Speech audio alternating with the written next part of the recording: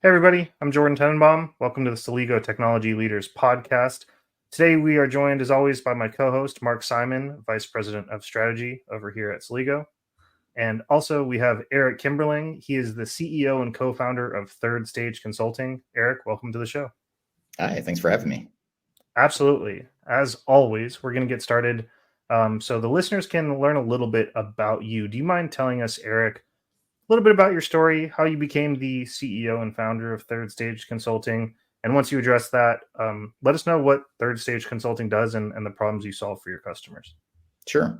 Yeah, so I started my career as a consultant back in the late 90s, doing a lot of change management and process improvement work for large tier one implementations, primarily SAP at the time. And then just started off at one of the big system integrators, continued my career at a couple of different consulting firms into the 2000s.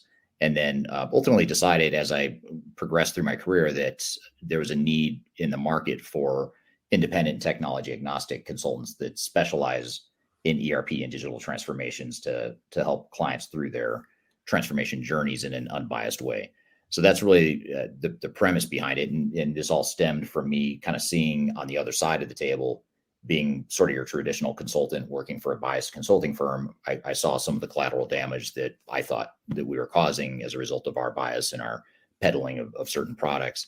So I really wanted to start a company that was more client focused, technology agnostic, independent. And that's ultimately how I started Third Stage. And Third Stage Consulting is a mid-size consulting firm. We have offices in the US as well as Europe and Asia Pacific. And what we do is we focus on helping clients select and implement technologies.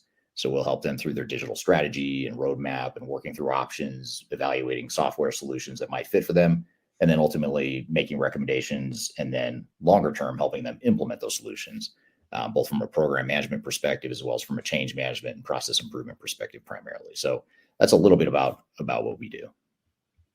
Fantastic. I appreciate the warm intro. Thank you very much. It seems like Mark Simon is gearing up with a question, so I'll pop him on the main screen. Yeah, Eric, you mentioned the selection side, which certainly makes sense, and then on the implementation, from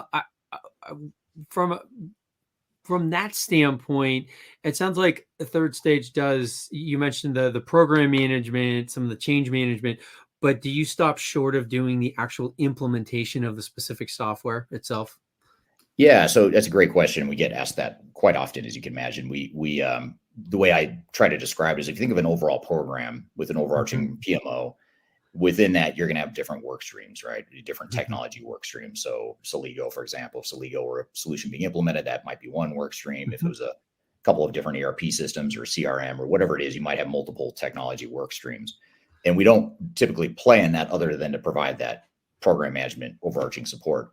Where we do overlap or sort of integrate with the services that others provide on the more technical software focused side of things is we'll do the change management behind helping ensure that people understand what the changes are, and helping with user adoption, things of that nature. And then we'll also help re-engineer and optimize business processes too, to ensure that they're not just putting in new technology for technology's sake, but they're actually getting value out of it by adapting their business processes to the technology. And in some cases, adapting the software to meet the business needs. So that's really the way I look at it. Is if you think of an org chart, there's the technology work streams are always filled by someone else, and then all the other boxes on the org chart is where we can help. Okay, fantastic. That makes a lot of sense. So, and that business process part of that's perhaps the key, and sometimes maybe the biggest overlooked portion of an ERP implementation sometimes. So that makes a lot of sense.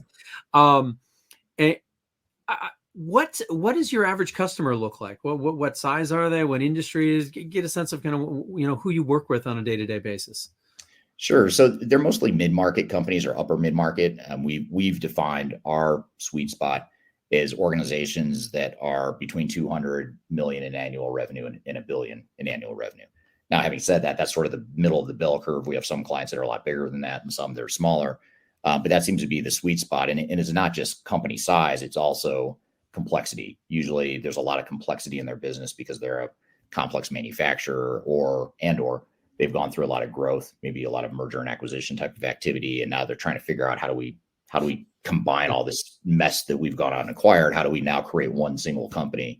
So there's usually a lot of growth, a lot of complexity.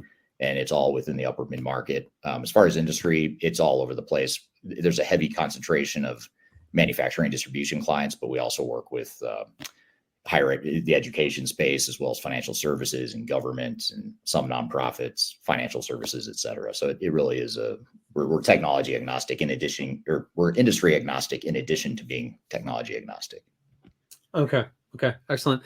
Now, one of the things that I've heard over the years a lot, there's I think ERP implementations for organizations have gotten, I wouldn't necessarily say a bad rap, because they can be very impactful in an organization, but certainly maybe a bad rap for there being a notable frequency of failures, so to speak, in industry sometimes. And personally, having had an ERP implementation background in the mid-market, some have these massive successful transformational impacts on orgs, and some, very unfortunately, I haven't seen that many that have failed, but you do see some, and you often see some that don't quite achieve the intent that they intended.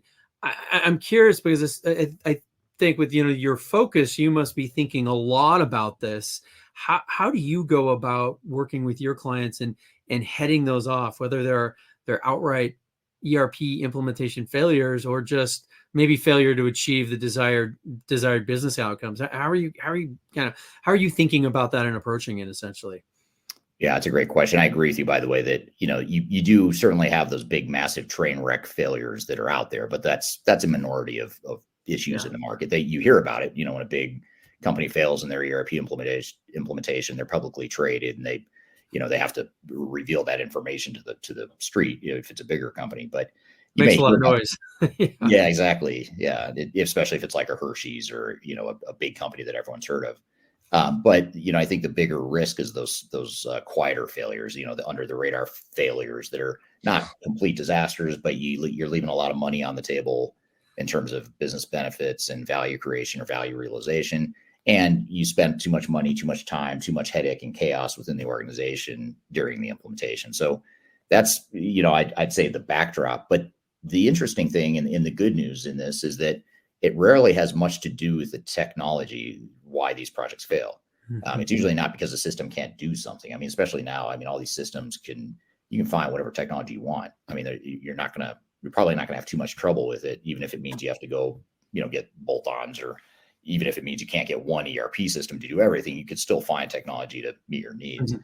The bigger challenge is, how do you get value out of it? How do you re-engineer your processes and change the people and make sure that the data is clean? It's you're integrating data across the enterprise and making better decisions. And that's not just going to magically happen because you put new technology in place. And so oftentimes what happens is you put in new technology and you end up doing things the same way you've always done them. And you don't use AI, you don't use machine learning, you don't use some of this automation that you could be using if you just either fought the resistance internally to do so or just taught people how to use the system better.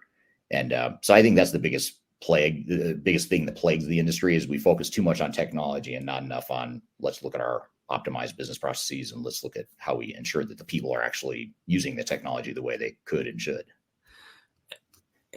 I think, Eric, you make a really great point about looking at the process. And this is one of the things that I always kind of ran up against a little bit, having spent a lot of time specializing around ERP implementation, was that there's this natural friction, especially if you have a relatively flexible system, right? It's very easy to say, hey, this is how the business operates, and we want the system to conform to this. And sometimes, but there's definitely other methodologies around implementation that take the opposite tack, which is, hey, let's come in and these are the standardized processes and the business should conform to this. And then there's something in between. And I'm curious, how you think about that, as far as where's that dividing line between investing to adapt the software to the business and adapting the business to the software? Yeah, that's sort of the age-old question. I think it's been an ongoing debate, just like politics or whoever the best sports team is in any given sport. It's like we'll never fully agree on the answer to that. But I think there's a way to get to the right answer, which is, first of all, don't treat all of your business processes equally. You're going to have different answers for different processes. So I'll take two extreme examples. On one hand, you might have some very complex engineer to order sorts of needs that you have, because you manufacture a complex tailored product, highly engineered. And when you go to a customer, a potential customer, you need to know how that product could be built. If I'm a sales rep, I need to know how to build what I can and can't offer to a customer, knowing that I'm not an engineer. So I need a tool in my system that tells me what the parameters are of what I can or can't sell and the configuration I can and can't sell. So that product configuration is really important in an engineer to order manufacturing environment. And so an engineer to order manufacturer in this example might say, hey, that is our secret sauce. The fact that we can create all these different variations of a product for a customer is why we win business. So we are absolutely going to not necessarily just stick with the process we have, but we're not going to water that down. We're not willing to compromise or undermine that. So that might be an area where you say, hey, the software is going to have to work here. It's going to have to fit that process. Yep. But then on the other extreme, you've got accounts payable, invoice processing. Okay, is it really a competitive advantage for you to pay your vendors faster or more efficiently? Yeah, maybe a little bit, but not in the same way that customer-facing, revenue-generating side of it will. So in that case, you might say, whatever the software can or can't do, we're willing to change our business to fit that. Yeah, it might be painful for that group, and that's still a big deal, but that's okay. That's better to change the people in that case than to re-engineer the software to do something that it could already do out of the box the way it is. So you have to sort of bifurcate your processes and say, you've got two buckets. You've got the ones that are secret sauce, critical competitive advantages, and you've got the other ones that are more commodity. Doesn't matter how we do things. It's going to look the same across industries within the same industry. And we can adapt or conform to whatever the software does. And I think that, that's interesting, because that's often really the way that I've seen as well to break it down, right? What's differentiating your business and what's not. And if it's not differentiating your business, you shouldn't be customizing around it. You shouldn't be spending a lot of effort and energy and time to modify your system just because maybe that's the way we've always done it, but there's no value from it. And I often see, in mid-market, it's really, really interesting. You get some very strong, like polarizing opinions on this in companies that have grown rapidly. Well, it's the way we've done it. And because it's the way they've done it and they've grown fast, often said, well, that justifies maybe a non-optimized business process. But I really like how you think about that. And I think that's really useful and really useful for, anyone working to look at their business. Okay, is this adding value or not? And then rework that. And how do you, in taking that in mind, where you have those customized processes and you see the differentiated business need for that, how do you take that into account in that the preparation for, I think of it as the readiness for the ERP implementation? Yeah, that's a great question. So, every organization has limited time and resources. They're not infinite. So you're not going to be able to boil the ocean, even if you wanted to. You're not going to be able to re-engineer every single process within your business and, define everything in super perfect detail. But there's certain parts of your business where you're going to need to. And so in my example, that front customer facing side of things might be one where to prepare. We're going to make sure that we have that really well documented. So we know exactly what the parameters are and how that process works, how the customer experience needs to look for our customers. And that's going to be our blueprint that we are going to present to the technology vendor, the implementer, whoever's doing the technology piece of it. So that, again, the business is driving the technology. And then the vendor comes back and says, okay, now we know how to build the software. And yes, there's going to be discrepancies. Yes, there's going to be gaps and things that the software doesn't quite do the way you want it to. And that's where you make the decision. Is it good enough, or are we watering down the competitive advantage? Maybe we need to customize or to reconfigure, or whatever the case may be. In the accounts payable example, you might just do a tertiary, like sort of high level blueprint. It's more high level that, like, we need to receive a invoice. You do a 3-way match. You set the parameters for approvals, and then you pay the invoices. I mean, I'm oversimplifying, of course, but that's the general process. Whatever the software does within that in terms of workflows, we're probably going to be good. So we're not going to spend too much time defining that in a super great amount of detail, largely because it's not as important or not as high of a priority, but also because we're probably going to change our process anyway to fit whatever the software does. So there's no point in us sort of trying to recreate the wheel or document the current state too much, knowing that it's going to change potentially significantly.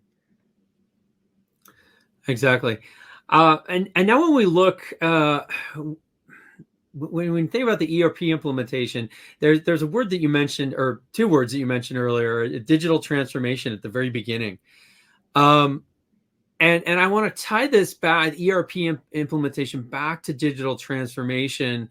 I'd love to get your take on, what digital transformation is. I think it's a term that's thrown around a lot. It can kind of be this, a little bit of this management consulting buzzword, so to speak, and a lot of people can because of that can kind of keep it at arm's length and say, well, that's not what we're doing.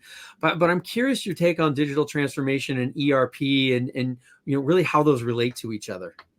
Yeah, that's a great question. I mean, the way I look at it is ERP implementations are one potential tool or work stream that could be part of a digital transformation. Now, for some organizations, the ERP implementation is the kind of the sole focus of the project. But the difference is even in that case is going to be, are we implementing an ERP technology solution or are we going through a transformation? In other words, are we actually going to try and change and improve our business? It may sound like slicing hairs or, getting caught up in words, but words are important, and the word transformation is really the key word that sometimes gets lost when we just focus on an ERP implementation. Especially nowadays where, a lot of these software vendors that didn't start out in the cloud. So, for example, this comment does not apply to NetSuite or Salesforce or Workday customers, but for other legacy customers that had been using on-premise versions of Microsoft Dynamics or SAP ECC or Oracle EBS or whatever the system is, they're being forced in many cases to move to the cloud quickly because the vendors are sunsetting the products and they're going to cut off maintenance in the near future. So a lot of organizations are saying, oh, wow, now I need to do this now.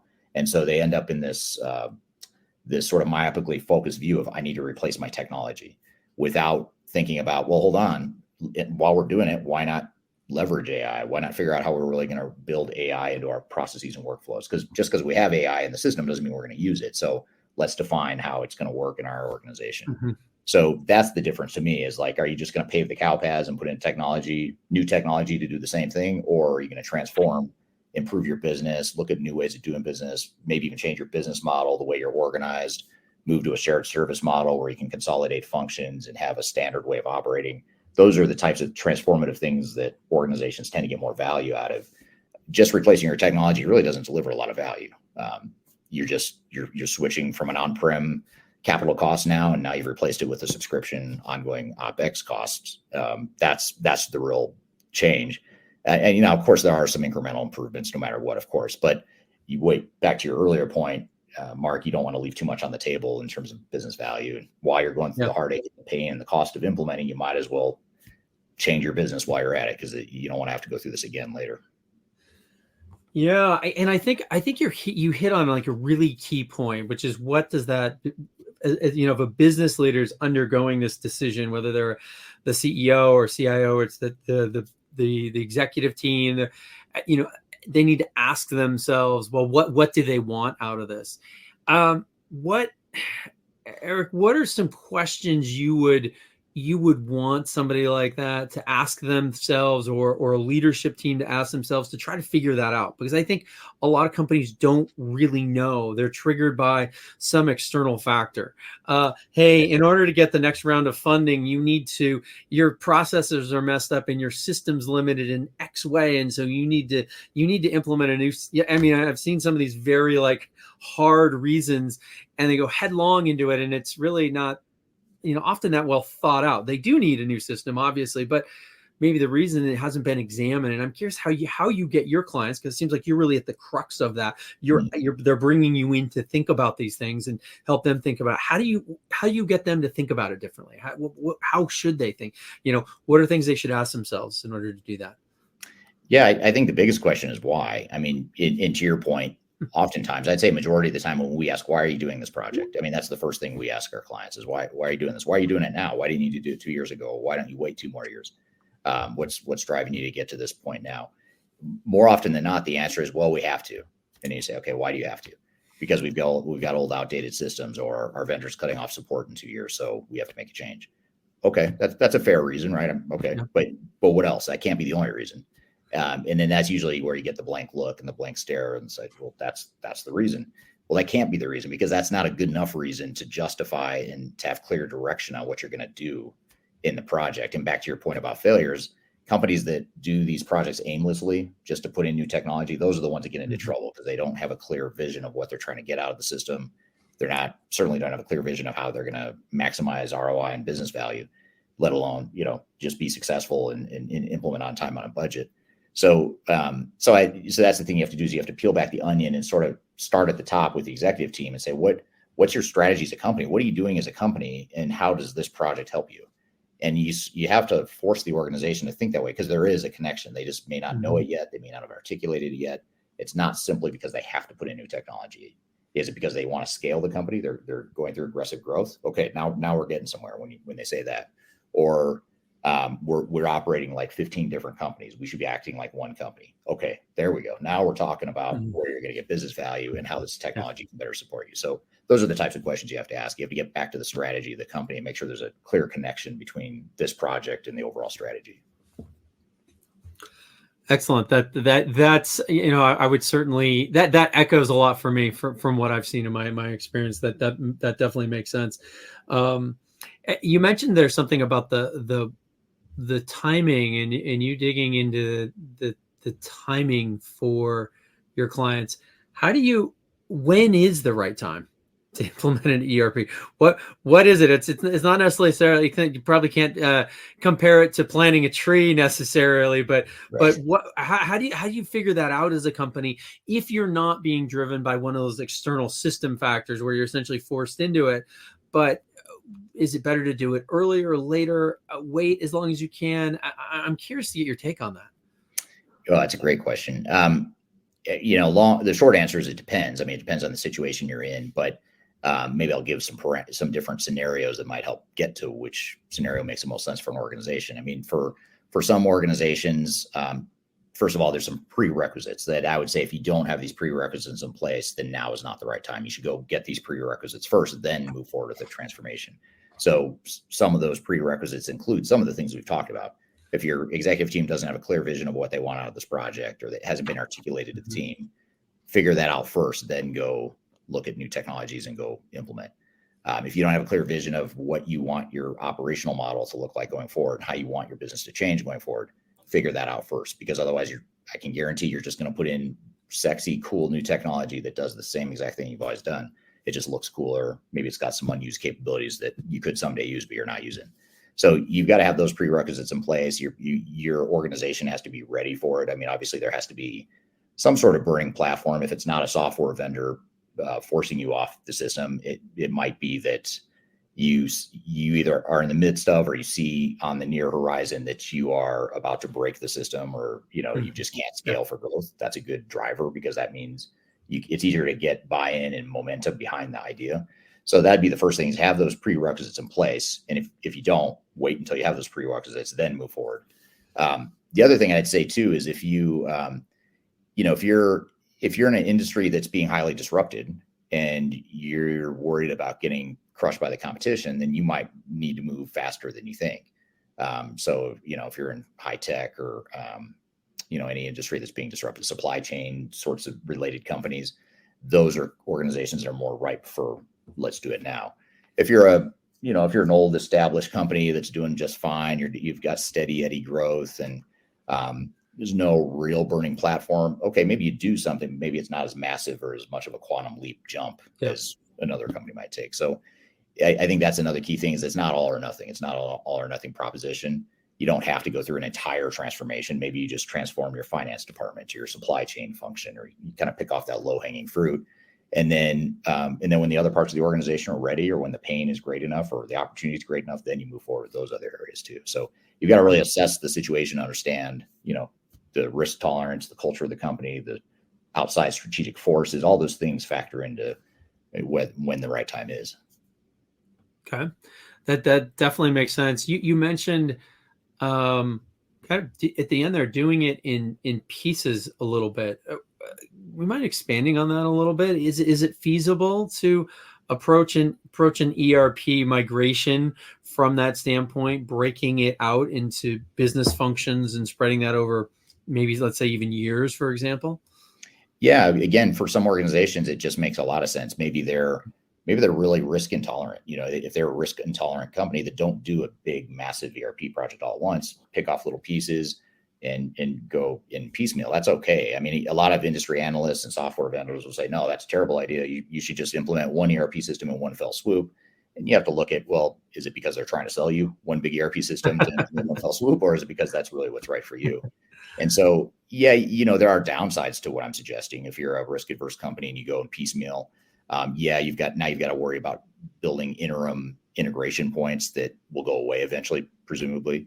But I think in today's technology landscape, including what Celigo provides, having this platform as a service concept and composable ERP, and knowing that you don't have to go all in on one technology that creates a sort of vendor lock-in, you've got tools out there that allow you to, pull out little pieces of your business and replace the technologies, change your processes. And, eventually you do want to do so in the context of a broader vision, of course, but the way you go about it could be more in piecemeal. And just like anything, there's pros and cons. It might take you longer to get the business value, but you're also probably going to spend less money, and you're certainly going to expose your operations to less risk than if you go through a bigger, more transformative change all at once. I think that's great advice to somebody out there. I think that's just helpful for anyone that's thinking about this and embarking on a big ERP implementation. Know that they have options, right? That they don't necessarily have to take it all in one bite, because I think that's what you hear 98% of the time. And and then often other big foundational systems getting roped in at the same time. I very often hear, we're implementing our ERP and we're putting in place a new 3PL vendor, or a new WMS, or a new CRM, or a new manufacturing system of some kind. And I'm curious, so that goes even in the other direction. It's ERP plus one or more other big things. What's your thinking on that? Is that a good strategy for a company to try to take on that much at one time, or how do you look at that? Often being in the middle as the ERP, kind of the center system in all of that change. I think there's merit in having a core system that's sort of the hub of data, and housing a lot of the data and the transactions flowing in and out of.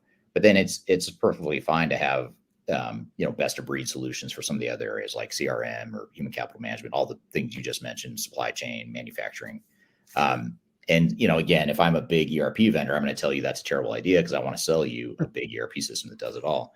But that's rarely the right answer for most organizations. And so what you have to do, again, you can look at it strategically from the entire big picture and say, okay, we're going to implement these 5 systems, a core ERP, and let's just say there's 4 other bolt-ons you're going to implement. But you don't have to do it all at once. Maybe it's going to take you 3 years. You're going to sort of go in phases and go piecemeal. But at least you're doing it in the context of a broader strategy. So I actually like the sort of that composable ERP best of breed model, because I think it just gives customers more flexibility and likelihood that they're going to get what they want out of technology. And again, with some of these integration and platform as a service tools, it makes it more feasible now than it was 10 or 20 years ago. And the other thing too, by the way, this is more of a secondary but really important thing, is by doing so, you're limiting the likelihood that you get into a vendor lock, where you're sort of locked into one vendor.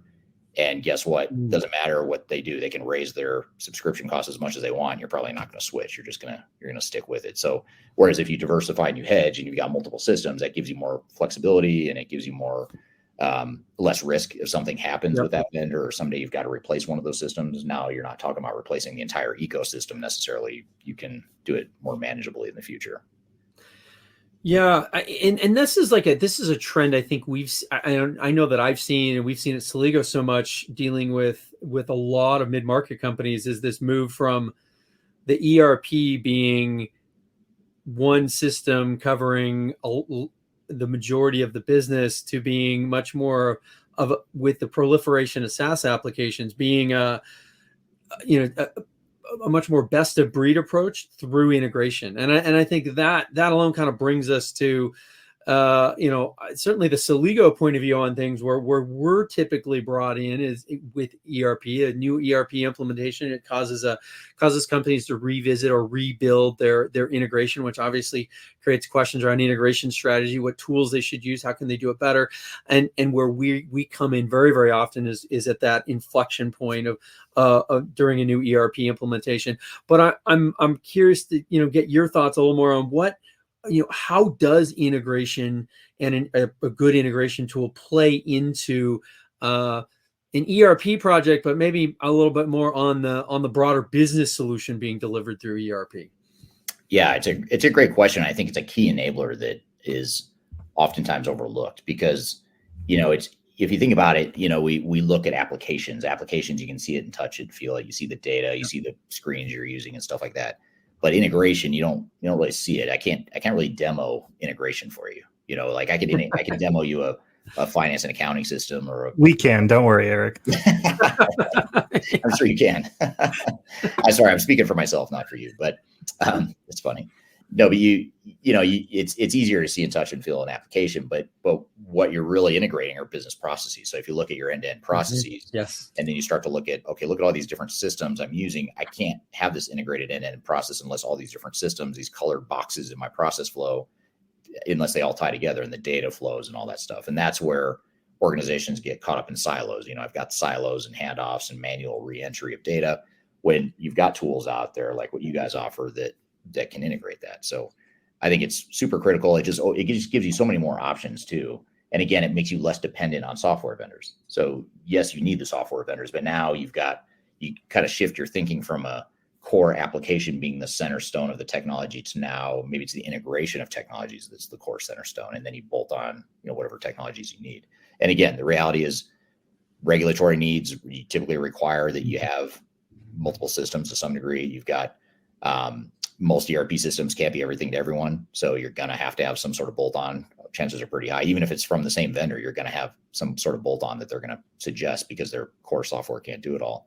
And then you just look at how much the world is changing, how fast technology is changing too. Do you really want to have one big system that's really hard to replace, knowing that your business and technology are all changing so fast, especially now? Whereas that integration tool set and focusing more on the integration creates more opportunity to adjust and be nimble, as you move forward. Almost sounds like through the use of the right integration tool, you can get more business agility out of it. Agility, that was actually the word. I knew there was a buzzword that I was missing, and it was agility. So yes, thank you. I spend too much time using buzzwords in my day-to-day life. But me too. Don't worry. A lot of synergy going on here, folks. Yeah, I like it. Yeah, exactly. Well, and it's one of the things. So it's Celigo. One of the viewpoints we take for customers is that they need to adopt what we call an automation first mindset. So try to shift from this, because what we see, particularly mid-market, and I see this in enterprise as well, is that integration can be very reactionary. Mm-hmm. It's hey, I've got this core. You've got your core foundational systems, and you get there's this sort of must-have integration that even to get your ERP and your CRM tools up and running, you have to have some integration between those two. It's just you're not going to launch them without that. And so you can have these core integrations, and those are very common. But then we see a lot of companies, they start adding in SaaS apps, but literally by the dozen these days, right? And you get this proliferation of SaaS apps that some of them have native integration, so it gets built in kind of somewhat automatically, but it generally isn't quite right if they use that, some point to point, and ultimately you end up with these silos out there. And then these things breaking, someone coming in or doing a root cause analysis, hopefully a good consultant, they're going to bring in a good consultant, they're going to figure this out and say, hey, you need some more integration here. You need to integrate these systems back in. And we find that to be very reactionary. A company can end up in this situation where they're already sort of implementing something, never quite getting the value. And then going through this process, and it takes some time to figure out, well, why didn't we get the value? Oh, wait a minute. We didn't integrate it properly to the other surrounding systems, and then doing the integration project. And one of the points of view we try to take is get companies to look at this a little bit differently and say, well, if you think about this from a standpoint of how can we how can you automate first? So first question you ask is, okay, we're going to add this system or we're going to change this process. Oh, can we automate that? Can you and that's something that we see kind of really shifting the mindset and getting to that end digital transformation concept sooner without as painful of a road. And I'm curious if you've seen anything in your experience that reinforces that, contradicts it. Do you think that automation first approach is a better way to go or viable if companies adopt that, in a more widespread or more uniform fashion? I do. And the reason being is that it forces the organization, or it changes their thinking to do what I was suggesting before, which is have a vision of what you want to be when you grow up, and make sure you've got clearly defined processes and you know where the hidden business value is within your organization. Your software vendor doesn't know. They might have an idea that you might have told them some of it, but really only your team knows where the unlocked value is and where the inefficiencies are. So if you go in with that clear vision of what you want, you blueprint it out like, hey, here's a manual process over here with a lot of rework and manual reentry and data silos that aren't integrated. You sort of highlight that and say, that's something we really need to fix. You circle that on your process map and say, that's our top priority. And then when you go to implement, you say, hey, that's the number one priority or whatever it is.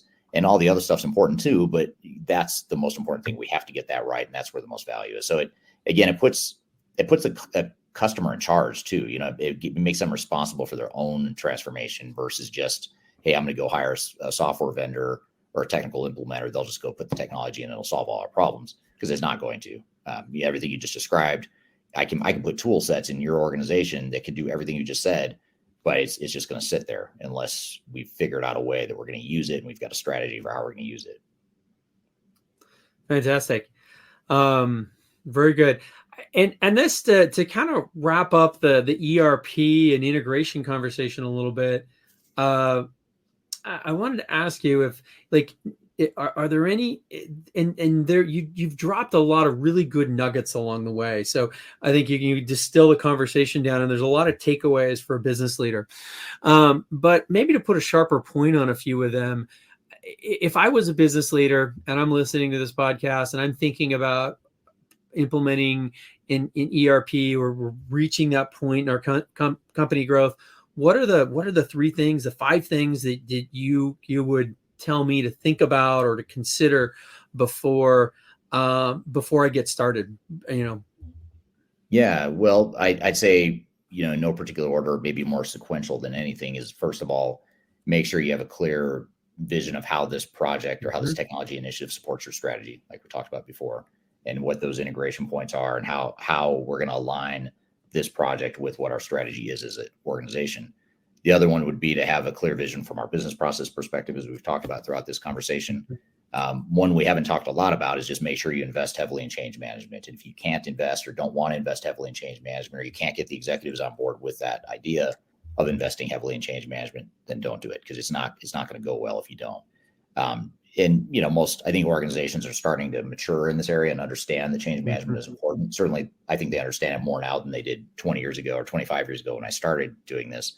And then, I think another thing that we haven't talked about is to have realistic expectations. If you want to have a realistic plan for how you're going to deploy technology, along with the process changes, the people changes, the integration, the data migration, all that stuff that goes along with it. And what ends up happening is, customers get bamboozled, for lack of a better word. It's not in a nefarious way or an intentional way, but software sales reps will typically say, hey, company your size, we could probably implement this technology in 12 months or whatever it is. And chances are pretty high they probably could if they wanted to, and they probably can. But the question is, can you change your business fast enough to keep up with that 12-month timeline? And the problem is most organizations can't. And so they draw a line in the sand that says, we're doing this project in 12 months, when really it should have been 18 or 24, whatever the number is. So they had an unrealistic plan to begin with, and then that leads them down a path of a bunch of bad decisions later. They cut change management, they cut that testing cycle, they cut some of the integration. Maybe they won't migrate all the data that they thought they would. And suddenly you're left with an underwhelming ERP implementation that leaves a lot of value on the table. And, chances are pretty high you're still going to go over time and over budget, because now you're trying to force fit time and money into a box that was never meant to fit in. That is fantastic guidance. Actually, I think that is really, really good, because if you look at that, if you kind of tie all these things together, if you're not transforming your business, then why do you really have a good reason to be doing this as far as an ERP implementation? So, and if you are transforming your business, you should be asking yourself why. How long is it really going to take us? How long does the business need? It's not about the hitting the deadline, the getting the system implemented, but how long is it going to take the business to change in order to take advantage of it? And that is fantastic. I really like that. I'm gonna borrow that sometime. Make sure I got a trademark on it, but I'll license it to you. Yeah. Awesome. One thing I want to ask here, kind of maybe not as directly related to ERP, but one of the things that's very cool about some of the things you do is that you've definitely created. You specialize in thought leadership in a way, right? You're very much a thought leader in the ERP space. You generate a ton of content. You focus on generating high quality content. I'm curious to get your thoughts on what's driven you to do that, and how you use that for your business purposes. What's really kind of behind that, because it seems like you've taken a very unique approach to that, or a differentiated approach, I should say. Yeah, thank you. And it has been a core fundamental part of our marketing strategy has been to create that thought leadership. And really the reason I started doing it, to be honest, is when I started the company in 2018, I had left the company I founded and ran for 13 years prior to that. And when I started that company in 2005, I built the whole company and the marketing engine around SEO and blogs and stuff like that, which doesn't sound like anything, and like it doesn't sound like rocket science nowadays. But back then in the B2B tech space, there wasn't anyone really doing blogs, SEO, and optimizing Google and all that stuff. So we were one of the pioneers of that, and I built the entire marketing engine, lead generation around that. So when I left that company to start Third Stage, I knew what I did at that previous company. I knew I couldn't replicate it quickly. It's certainly not quickly, especially as competitive as it had gotten in the blog space and the SEO space. And by that point, people were paying for Google rankings, whereas back in 2005, they weren't. So, I knew I couldn't really compete with that, or if I could, it would take years to get the traction I needed. So I looked at YouTube and saw that, well, no one's really making videos about this stuff. And what better way to get a message out rather than just say, hey, we could do software selection, or hey, we can help you define a implementation plan, or we can help you implement and do change management, whatever. Rather than just saying, we said, well, why don't we give some advice on how to do it? And if people like it, they'll reach out to us, they'll call us or whatever. And that's why we did it. So then, of course, once you see it's working, we just kept doubling down on it. And we continue to double down on it. In fact, so we do more and more over time. Something I will say is, Eric, you make my job a little bit easier when you say things like that, because it is my dream and my goal to have leadership executives across not only Celigo, but just a whole range of companies becoming thought leaders, creating their own content and sharing it, not only because it benefits them and their own brand and their own network, but it helps the company grow tremendously and exponentially. And I think the way that you've done it and positioned yourself and grown your own brand through UGC and interesting content for business users that business users actually care about is really unique, really uncommon, and incredibly effective. So I'm a social media manager, so that's kind of how I heard of you, just seeing your content all around. And so thank you for doing that. And I think it's really important that you do it. And I hope it spreads to, other executives and leaders, because it, in my opinion, is one of the best and most effective ways to evangelize business technology, business processes, things like that. Yeah, and we all want to do business with people we like. We're human, so you see someone on video, or you kind of it resonates or it doesn't. So in my opinion, it's a great way to get your face out there to people that don't know you, but it also it sort of weeds out people that don't like what we have to say. Then great, we're not going to they won't ever reach out to us, and we're not spending time chasing down an opportunity where they just don't like what we have to say.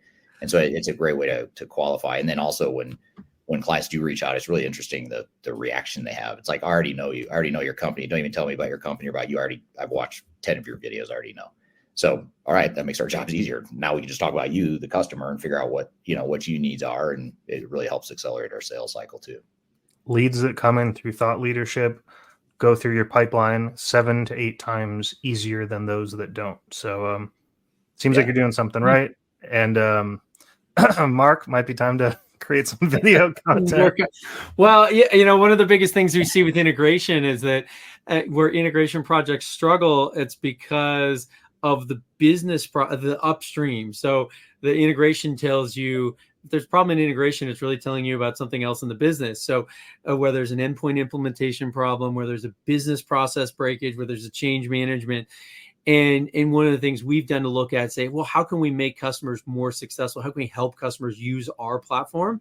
It actually so often points back to these other things. It's how to make them more successful actually at their ERP implementation, how to make them more successful at their change management and their business process design.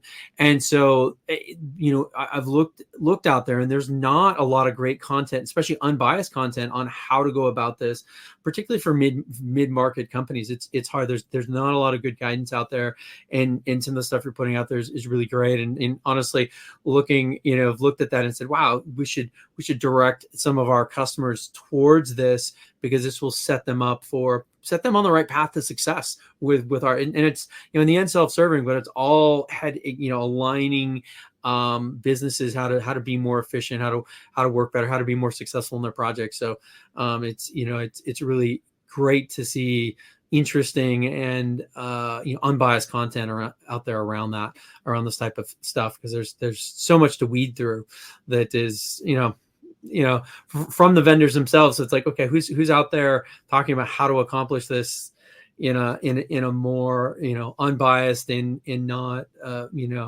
in a fashion that's not tipped one way or the other artificially.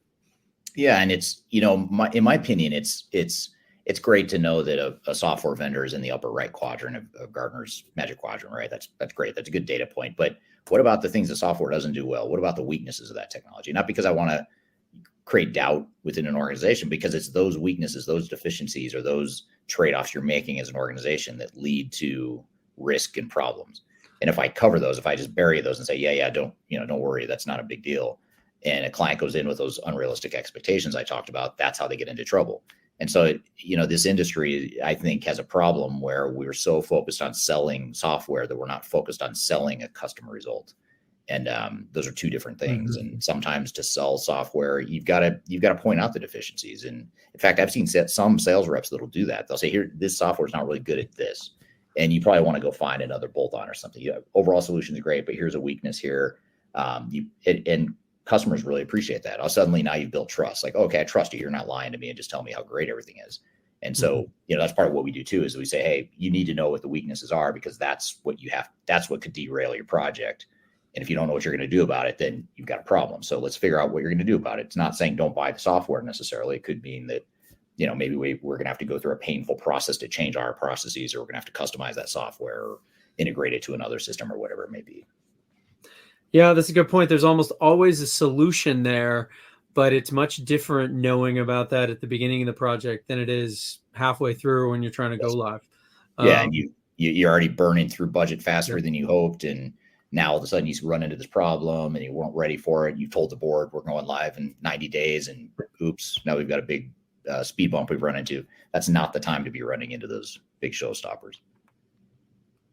Well, what I will say is that waiters who recommend a food that maybe isn't the most expensive, but is better than the most expensive food, typically get higher tips. And I think that metaphor is applicable here to you, Eric, and to your business, and to why you have been incredibly successful, because you are honest, you are unbiased, and you genuinely want to help businesses grow. And with that in mind, we're coming close to the end of time, and I want to put a nice little bow on this conversation, because this has been incredibly, I think, valuable for our listeners. As Mark said, you drop a lot of nuggets, and we're very thankful to have you on the podcast. I'll just end it with this, just so listeners know that you're not a ERP eating and breathing robot. Could you tell us just a little bit about yourself outside of work? What are your passions, hobbies, and interests? And then we'll get you on your way this Friday afternoon. Sure. Well, I was going to say I'm an AI avatar. Actually, I'm not human. So, so it's not really me. So I have a lot of passions. I mean, first and foremost, I've got, a family. I've got 2 teenage kids that are one's in high school, one's in middle school. So a lot of time with sports. They're both really into sports, so it's a lot of kid stuff right now. We like to ski as a family. Anything outdoorsy. We love activity. Anything physical activity. We're from Colorado, so we live in Colorado, so anything outdoorsy is always fun.